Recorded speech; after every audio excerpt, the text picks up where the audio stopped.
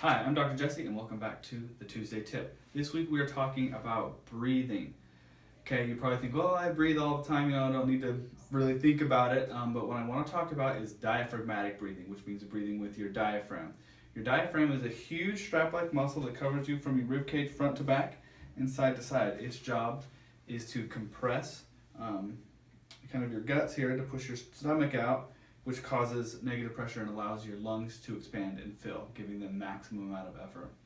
Generally what happens though is when we reach about the age of 12, when we start noticing girls and boys that we like, we stop wanting our stomachs to stick out.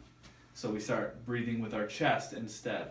So instead of breathing here with my stomach, where my stomach sticks out, we start breathing with our chest, which is much shallower and we don't get as much benefit out of it.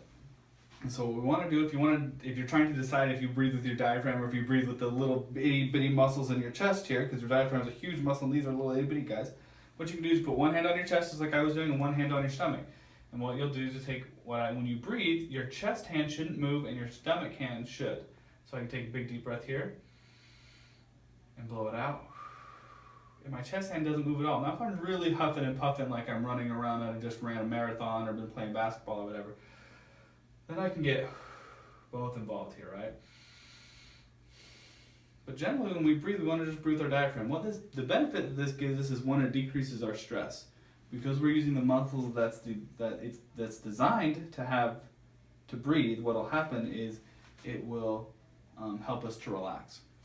It will also increase our oxygen percentage in our blood.